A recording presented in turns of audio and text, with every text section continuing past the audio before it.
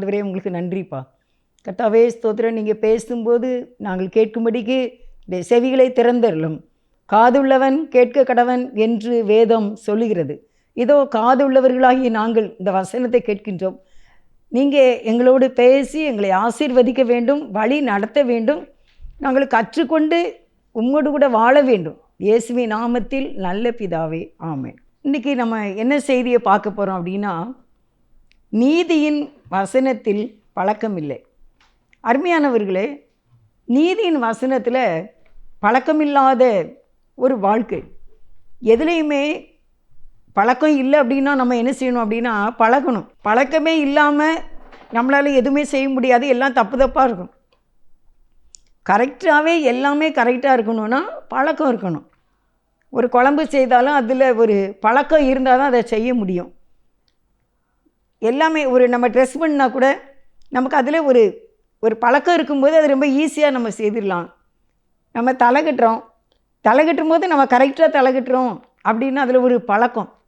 பாத்திரம் விளக்குறோம், அதுலேயும் பழக்கம் இருந்தால் தான் அதை கரெக்டாக செய்ய முடியும். எந்த வேலையானாலும் சரி, நீங்கள் ஒரு கம்ப்யூட்டரில் நீங்கள் வேலை பார்க்குறீங்க, இல்லை நீங்கள் பிஸ்னஸ் பண்ணுறீங்க, எதுலேயுமே ஒரு பழக்கம் இருக்கும்போது அது நல்லபடியாக கண்டினியூவாக நமக்கு நடக்கும். தெரிஞ்சது தான். அதனால தான் நம்ம பிள்ளைகளை நம்ம பழக்கிறோம்.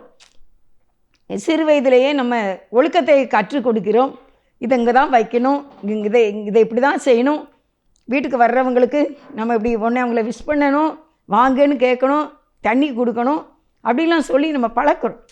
அநேக காரியங்களை நம்ம பழக்குகின்றோம். அதே போல் கர்த்தருடைய வார்த்தையில் பழக்கம் இல்லாதவங்க எப்படி இருப்பாங்க? தலைப்பு நீதியின் வசனத்தில் பழக்கம் இல்லை. பழக்கம் இல்லைன்னா அதனால் நிறைய நஷ்டங்கள். பழக்கம் இருக்கிறவங்க லாபம் அடைவார்கள். அதுக்கு நான் உங்களுக்கு எபிரேயர் 5வது அதிகாரம் 13, 14 வசனத்தை உங்களுக்கு வாசிக்கிறேன். எபிரேயர் 5வது அதிகாரம் 13. பாலுண்கிறவன் குழந்தையாய் இருக்கிறபடியினாலே நீதியின் வசனத்தில் பழக்கம் இல்லாதவனாய் இருக்கிறான். பாலுண்கிற குழந்தையாய் இருக்கிறபடியினாலே நீதியின் வசனத்தில் பழக்கம் இல்லாதவனாய் இருக்கிறான். ஒரு பால் குடிக்கிற குழந்தை, அந்த குழந்தை நீதியின் வசனத்தில் அதுக்கு என்ன இல்லை, பழக்கம் இல்லை. பால் குடிக்கிற குழந்தைக்கு பால் குடிக்க தெரியும், வேறு எதுவுமே தெரியாது. எது தெரியாது? அதுக்கு நல்லது தெரியாது, கெட்டது தெரியாது, கீழே உள்ளதை எடுத்து நம்ம சாப்பிடக்கூடாதுன்னு தெரியாது, கத்தியை கையில் எடுக்கக்கூடாதுன்னு தெரியாது, தண்ணி தொட்டிக்கிட்ட நம்ம போகக்கூடாதுன்னு அதுக்கு தெரியாது. என்ன, அது மெத்தையில் ஏறணும்னு தெரியாது, ஏறுனா கீழே விழுந்துருவோமேன்னு பயம் தெரியாது, எதுவுமே தெரியாது குழந்தைக்கு. நாம் தான் எல்லாம் செய்ய வேண்டும், நாம் தான் சுமக்க வேண்டும், நாம் தான் தாளாட்ட வேண்டும், நாம் தான் பால் கொடுக்க வேண்டும், நாம் தான் உணவு ஊட்ட வேண்டும், நாம் தான் சுமக்க வேண்டும், எல்லாமே நம்ம தான் செய்யணும். ஒரு பால் குடிக்கிற குழந்தைக்கு எல்லாமே பேரண்ட்ஸ் தான் செய்யணும். ஆனால் அதே குழந்தை அறிவு வர வர தன்னுடைய வேலையை அதுவே செய்கிறது. பல் விளக்குன்னா ப்ரெஸ்ஸில் நம்ம ஃபேஸில் வச்சு கொடுத்தா அது பல் விளக்கிறோம். உட்கார்ந்துருக்கிற பிள்ளை எழுந்து நடக்கணும்னு நினச்ச உடனே ஒரே நடை தான். ஓடணும்னு நினைக்கிற பிள்ளை ஒரே ஓட்டம்தான். தின்பண்டத்தை முன்னால் வாயில் கொடுப்போம், இப்போ கையில் ஒரு பிஸ்கெட்டை கொடுத்தா அதுவே வாங்கி சாப்பிட்றோம். ஏன்னா அதுக்கு அறிவு வளருகிறது, குழந்தையும் வளருகிறது, அறிவும் சேர்ந்து என்ன செய்து வளருது. ஆனால் பால் குடிக்கிற குழந்தைக்கு அப்படிலாம் எதுவுமே செய்ய தெரியாது. அதே போல் ஆண்டவருடைய பிள்ளைகளும் அறிவு வளர வேண்டும், அவர்கள் மனப்பக்குவம் அடைய வேண்டும். பெரியவர்களாகி வசனத்திலே பழக்கம் உள்ளவர்களாக இருக்கும்போது அறிவு வர வேண்டும். நல்லது எது, கெட்டது எது, எது சாத்தானுடைய காரியம், எது பரிசுத்த ஆவியானவருடைய காரியம் என்பதை நாம் தெரிந்து கொள்ள வேண்டும். இப்போ மதுபானங்களை குடிக்கின்றார்கள், இது குழந்தை செய்யாது. ஆனால் நீங்கள் செய்கிறீங்க, நீங்கள் மதுபானம் குடிக்கிறீர்கள், அப்போ நீங்கள் குழந்தையா? அதே சமயத்தில் பீடி சிகரெட்டெலாம் ஊதுறாங்க, ஆண்டவரை ஏற்றுக்கொண்டவங்க கூட பீடி சிகரெட்டெல்லாம் ஊதுறாங்க நிறைய பேர். அப்போ நீங்கள் பால் குடிக்கிற குழந்தை தான். இது கெட்டதுன்னு உங்களுக்கு தெரியலையா? நீதியின் வசனத்தில் பழக்கம் இல்லை. இன்னுமாக விபசாரம் பண்ணுகிறார்கள். அடுத்தவங்களோட கணவனோடு தொடர்பு வைக்கிறார்கள். நாங்கள் ஊழியத்தில் அநேக பெண்களை நாம் சந்திக்கும்போது ஏறக்குறைய அநேக மனைவிமார் அப்படி இருக்காங்க, கணவன்மார் அப்படி இருக்காங்க. வாலிப பையங்க கூட திருமணமான பெண்களோடு வாழ்ந்து கொண்டு இருக்கின்றார்கள். ஆனால் வயசு 30 வயசு ஆகுது. நீ குழந்தை தானே, அப்போ உனக்கு நல்லது கெட்டது தெரியாது, அடுத்தவங்க மனைவிட்ட பேசுகிறது தப்புன்னு தெரியாது, இன்னும் ஒருத்தியோட புருஷனோட பேசுகிறது தப்புன்னு தெரியாதா? நீ பால் குடிக்கிற குழந்தையா? பெரியவங்களை ஆயிட்டீங்கல்ல, அறிவும் இல்லையா? எவ்வளவு போதனைகளை நம்ம கேட்கின்றோம். மதுபான பாட்டலிலே எழுதியிருக்குமாம, குடியை கெடுக்கும் அப்படின்னு எழுதியிருக்கிறது உங்களுக்கு தெரிஞ்சிருந்தும் நீங்கள் குடிக்கிறீங்க. அப்படி பால் குடிக்கிற பிள்ளை தானே. அறிவும் சுவரணையும் இல்லை அப்படின்னு வேதத்தில் எழுதியிருக்குது. விபசாரம் செய்யலாமா? ஆண்டவருடைய 10 கமாண்ட்மெண்ட்ஸில் இதை சொல்லுகின்றார்.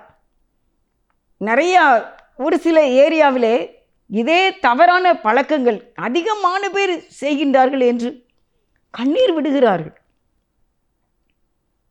தகப்பன் செய்கின்றார், மகன் செய்கின்றான், பிள்ளைகள் செய்கின்றார்கள். தகப்பன் செய்வதை பார்த்து, தாய் செய்வதை பார்த்து இது தவறல்லவா? உங்களுக்கு நீதியின் வசனத்தில் பழக்கம் இல்லை, நல்ல ஒரு ஹேபிட் இல்லை. இதெல்லாம் சாத்தானுடைய காரியம்.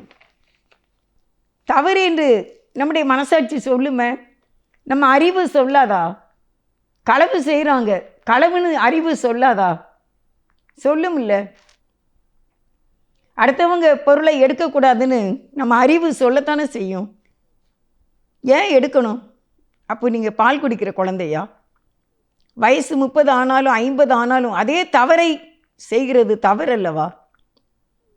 நீங்கள் 8 வயசில் 10 வயசில் பண்ணின தப்பை 40 வயசுலேயும் 50லேயும் 60லேயும் 70லேயும் செய்தால் தவறு தானே. பால் குடிக்கிற குழந்தைக்கு தான் நல்லது கெட்டது தெரியாது, எதையாவது செய்யும், கத்தியை கையில் தூக்கும், மண்ணள்ளி தானே வாரி போடும். தெரியுமா சில குழந்தைங்க? இன்றைக்கி எதுக்கு அப்படிலாம் தவறுகளை செய்கிறார்கள்? இயேசுவை அறிந்தவர்களும் செய்கிறார்கள், அறியாதவர்களும் செய்கிறார்கள். பண விஷயத்தில் உண்மை இல்லாதவர்களாக இருக்கின்றார்கள். என்றைக்குமே பண விஷயத்தில் உண்மை உள்ளவர்களாக நாம் இருக்க வேண்டும். ₹1 சரி, அதிலே நாம் உண்மை உள்ளவர்களாக இருந்தால்தான் நீதியின் வசனத்திலே பழக்கம் உள்ளவர்கள். ரைட்டு போடுவார் ஆண்டவர்.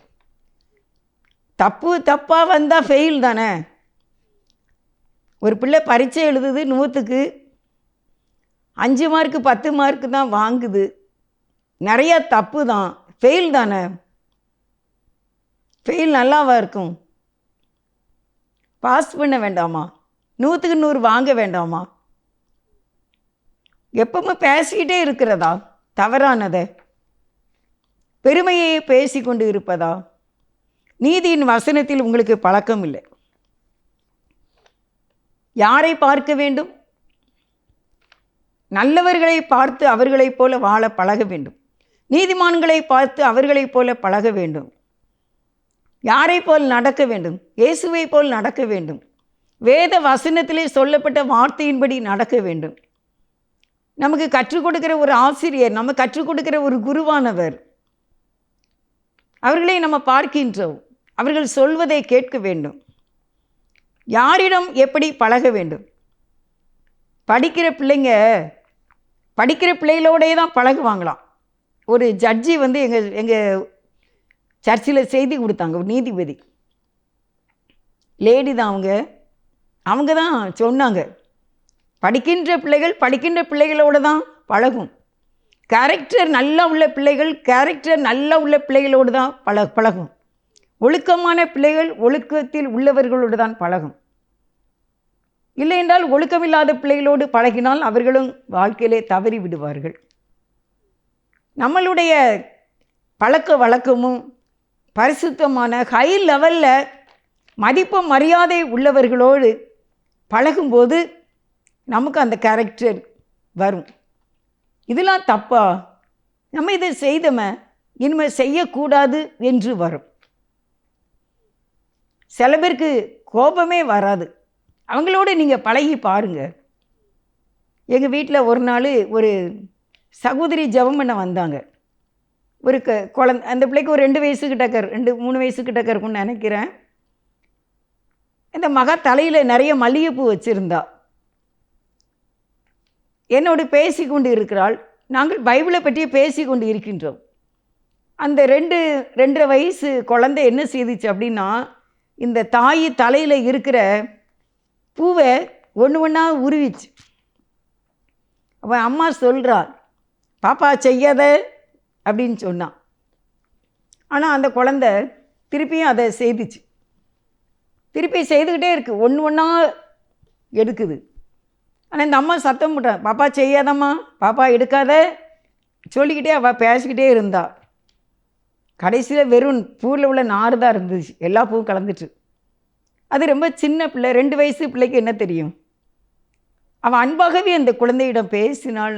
எனக்கு அது ஆச்சரியமாக இருந்தது. நம்மனை என்ன செய்வோம், பூவை இப்படி பிக்கியன்னு சொல்லி கையில் அடி போடுவோம், அதை கிள்ளி வைப்போம். அதுக்கு தெரியாது இல்லை செய்கிறது நல்லது கெட்டதான்னு தெரியாது.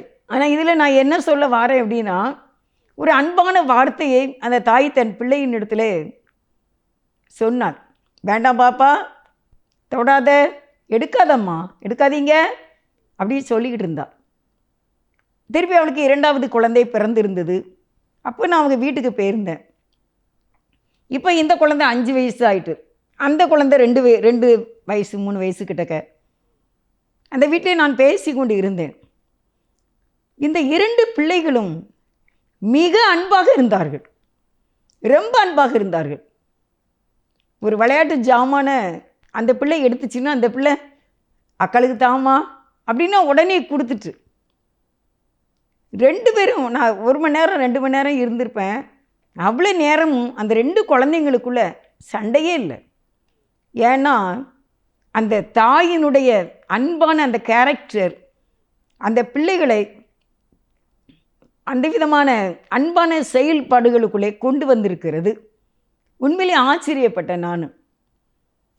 அப்போ நீதியில் பழக்கம் உள்ளவர்களோடு கூட நம்ம பழகும்போது நாமும் சந்தோஷம் உள்ளவர்களாக அன்புள்ளவர்களாக இருக்க முடியும்.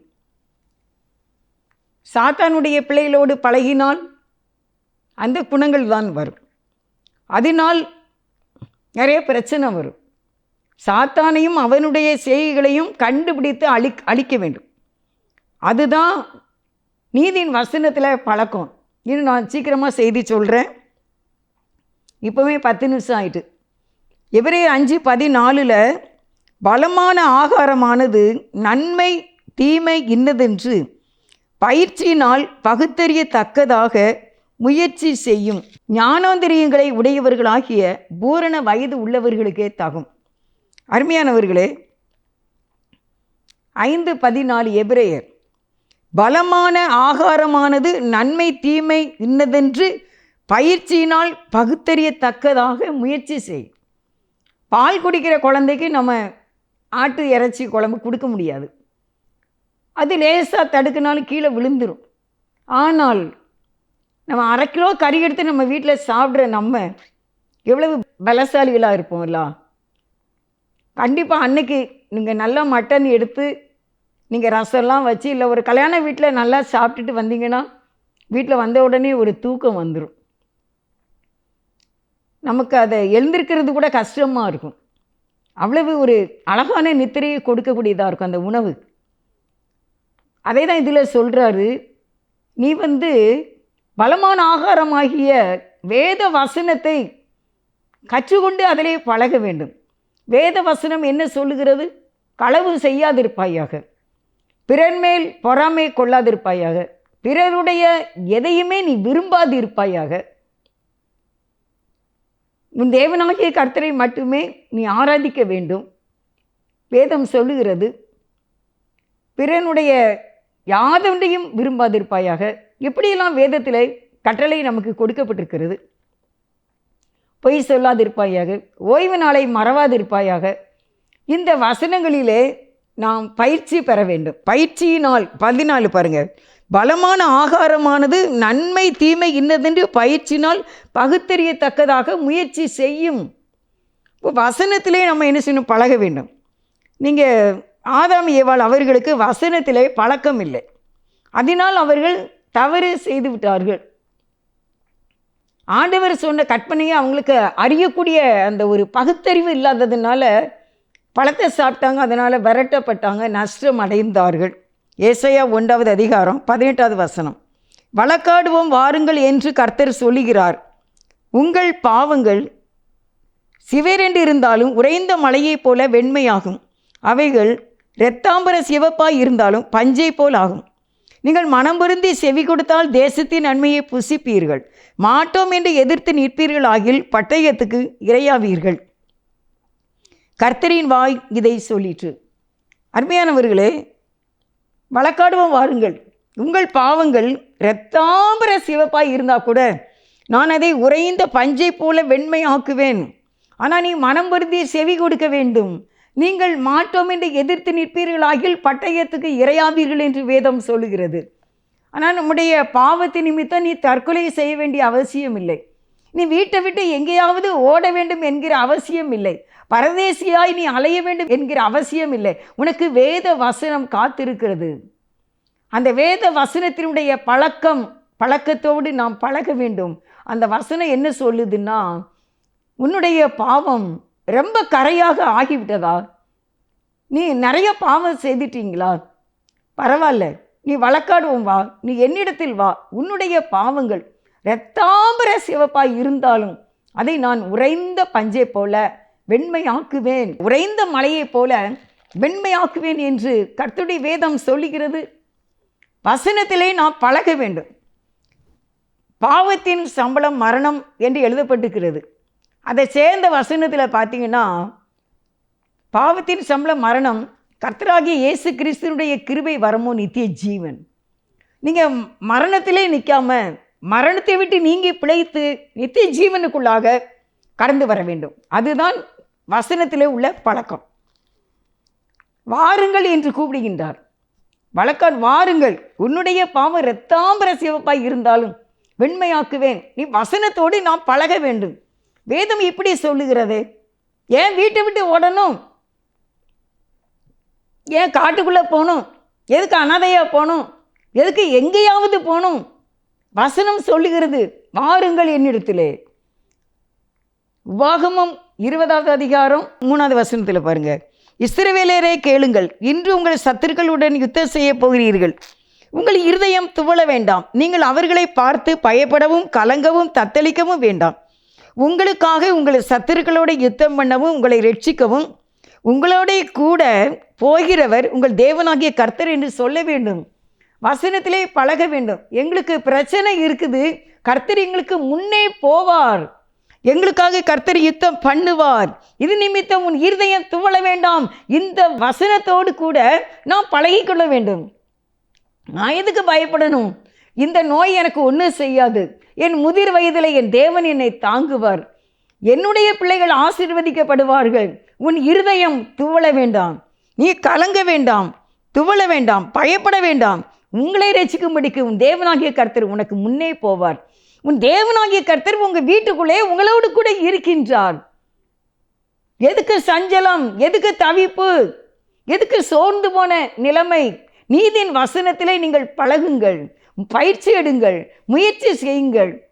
பூரண வயது உள்ளவர்களாக காணப்பட கர்த்தர் விரும்புகின்றார். உபாகமம் 31 அந்த 8வது வசனத்தை கூட கர்த்தர் உங்களுக்கு முன்பாக போகிறவர் என்று சொல்லுகிறது. அதனால் தோல்வி இல்லை. தோல்வி, மன சோர்வு, மன உளைச்சல், பின்மாற்றம் இவைகளெல்லாம் நமக்கு தேவையே இல்லை. ஏனென்றால் நமக்கு நீதியின் வசனம் இருக்கிறது. நீங்கள் வசனத்தோடு பழக வேண்டும் என்று கேட்கின்றேன். நீங்கள் வார்த்தையோடு கலக்க வேண்டும் என்று கேட்கின்றேன். வேத வசனத்தோடு நீங்கள் உறவாட வேண்டும் என்று கேட்கின்றேன். வெளிப்படுத்தல் 22வது அதிகாரம் 17வது வசனத்தில் இலவசமாய் கர்த்தர் எவ்வளோ அழகா சொல்றாரு பாருங்க. ஆவியும் மனவாட்டியும் வா என்கிறார்கள், கேட்கிறவனும் வா என்பானாக. தாகமாய் இருக்கிறவன் வரக்கடவன், விருப்பம் உள்ளவன் ஜீவ தண்ணீரை இலவசமாய் வாங்கி கொள்ள கடவன். நான் உனக்கு ஜீவ தண்ணீரை தரேன், இலவசமாய் தருகிறேன். அப்போ நீ என்னிடத்துல தானே வர வேண்டும். நீ பால் குடிக்கிற குழந்தை அல்ல, நீ முதிர் வயது. உனக்கு நீ ஆவிக்குரிய வாழ்க்கையில் நான் எந்த வயசை சொல்லலை. ஆண்டவரை ஏற்றுக்கொண்ட 15 வயசு பிள்ளைனாலும் 20, 25 வயசு, 40 வயசு, 45 நாள், 35 நாளும் நாம் வசனத்தோடு பழக வேண்டும். இந்த வசனம் என்ன சொல்லுகின்றது? நீ இலவசமாய் வா. உனக்கு தாகமாய் இருக்கிறதா? உனக்கு பாரமாக இருக்கின்றதா? நீ பிரச்சனையில் இருக்கின்றாயா? இந்த பிள்ளைகளை வச்சுக்கிட்டு நான் என்ன செய்ய? அறிவே இல்லையா? என்ன இப்படிலாம் சொல்லி பல காரியங்களை குறித்து நீங்கள் மனம் குழம்பும் போது நாம் வசனத்திலே சேர்ந்து கொள்ள வேண்டும். ஆண்டவருடைய வேதம் சொல்லுகிறது, நீ உனக்கு தாகமாக இருக்குதா, அதாவது உனக்கு பிரச்சனை இருக்குதா, என்னிடத்துல வா, நான் உனக்கு இலவசமாக ஃப்ரீயாக தாரேன் அப்படின்னு கர்த்தர் சொல்லுகிறார். இலவசம் நமக்கு தெரியல, ஃப்ரீயாக கொடுக்கறது. ரேஷன் கடையில் கோதுமை, பச்சரிசி, புழுங்கரிசி எல்லாமே ஃப்ரீயாக கொடுக்காங்க. இதை நம்ம பணம் கொடுக்க வேண்டியது இல்லையே. அதே போல் அந்த ஜீவ தண்ணீரை அவர் நமக்கு ஃப்ரீயாக கொடுக்கின்றார். 22வது அதிகாரம் 14 ஜீவ விருட்சத்தின் மேல் அதிகாரம் உள்ளவர்கள் ஆவதற்கும் வாசல்கள் வழியாய் நகரத்துக்குள் பிரவேசிப்பதற்கும் அவருடைய கற்பனைகளின்படி செய்கிறவர்களும் பாக்கியவான்கள். அப்போ ஆண்டவர் சொல்றாரு, ஜீவ விருட்சத்தின் மேல் உனக்கு நான் அதிகாரம் கொடுக்கிறேன். அதை தான் அந்த ஏவாள் அம்மா சாப்பிட்டுட்டாங்க. என்ன, அவங்க ஆண்டவர் சாப்பிடக்கூடாதுன்னு சொன்னதை சாப்பிட்டதுனால அவங்களுக்கு அது மேலே ஆளுகை இல்லை, அத்தாரிட்டி இல்லாமல் வெளியே வந்துட்டாங்க. ஆனால் இன்றைக்கு கர்த்தர் என்ன சொல்லுகிறார்? நான் உனக்கு அதிகாரம் கொடுப்பேன், நீ இந்த வசனத்தோடு நீ பழக வேண்டும். உன்னுடைய வாழ்க்கையும் வசனமும் கலந்தே வரும்போது உன்னுடைய வாழ்க்கை ஜீவ விருட்சத்தின் மேலே உனக்கு அத்தாரிட்டி கொடுக்குறார் ஆண்டவர். நீ ஆர்டர் கொடுக்கலாமா, நீங்கள் அதில் ஆளுகை செய்யலாமா, ஜீவ விருட்சத்தில் எவ்வளவு கனினாலும் பறித்து பூசிக்கலாமா, அந்த அத்தாரிட்டியை தேவன் நமக்கு கொடுக்க இருக்கின்றார். நீதியின் வசனத்திலே நாம் பழக்கப்பட வேண்டும். வசனத்தின்படி பழக்கம் இருந்தால் நாம் நன்மையை தேடுவோம். பூமியின் மேல் ஆளக்கூடிய நிறைய அதிகாரம் நமக்கு இல்லை. நம்ம ஏழைகளாக படிக்காதவர்களாக இருக்கலாம். ஆனால் பரலோக ராஜ்யத்தில் அதே ஜீவ விருட்சத்தின் கனி மேலே நமக்கு கர்த்தர் அதிகாரம் கொடுக்கிறார். வசனத்தை அறிந்து புரிந்து கொண்டு அதன்படி வாழ்கிறவர்களுக்கு ஜீவ விருட்சத்தின் மேல் அதிகாரம் கொடுக்கப்படுகிறது. எத்தனை பாக்கியம்! வசனத்தை கற்றுக்கொள்ளுங்கள், அதனுடைய படியுங்கள், அதனுடைய வாழுங்கள். இயேசு அழைக்கிறார். சில காரியங்களை உங்களுக்கு சொல்லுகிறேன். இளைப்பாறுதலை கொடுக்கிறார். நீதியின் வசனத்தோடு பழக்கமாகி இருக்கிறவர்களுக்கு பால் குடிக்கிற குழந்தையை போல் அல்ல, நன்மை தீமை இன்னதென்று அறிந்து வசனத்தோடு பழகி பரிசுத்த ஆவியானவரோடு ஐக்கியப்பட்டு கமாண்டிங்கில் வாழும்போது இருதயத்தில் இளைப்பாறுதல், வீட்டுக்குள்ளே இளைப்பாறுதல். நமக்கு 2வது பாயிண்ட், நமக்கு முன்பாக போகிறவர். முதல் பாயிண்ட் இளைப்பாறுதல் தருவார். 2வது பாயிண்ட் நமக்கு முன்பாக போகுவார், தடைகளை உடைப்பார், வெற்றி தருவார். 3வதாக ஜீவ விருட்சத்தின் கனி. அன்றைக்கு ஆதாம் ஏவாள் அதை தொட்டதுனால அவங்க வெளியே அப்புறப்படுத்தப்பட்டார்கள். ஆனால் வருகிற நாட்களிலே அந்த தேவனுடைய ராஜ்யத்தில் நீ உனக்கு அந்த ஜீவ மரத்தின் மேலே உனக்கு ஆர்டர் கொடுக்கிறார், அத்தாரிட்டியை கொடுக்கிறார். 4வது ஜீவ தண்ணீராகிய பரிசுத்த ஆவியை இலவசமாய் நமக்கு தருகிறார். இந்த உலகத்தில் இயேசுவோடு என்றென்று வாழவும் பரலோக ராஜ்யத்திலையும் நாம் வாழ்வோம். அவர் நம்மோடு கூட இருந்து நம்மை ஆளுகை செய்ய நமக்கு தகுதி கிடையாது. ஆனால் அவர் சிலுவையில் அறையப்பட்டு உயிரை கொடுத்ததுனால அந்த அதிகாரத்தை நமக்கு கொடுக்கின்றார். அல்லேலூயா. பாவி என் மீது ஏன் இந்த அன்பு ஒன்றும் புரியலையே, சித்தம் என் மீது வைத்திட்ட பின்பும் வாழ தெரியலையே.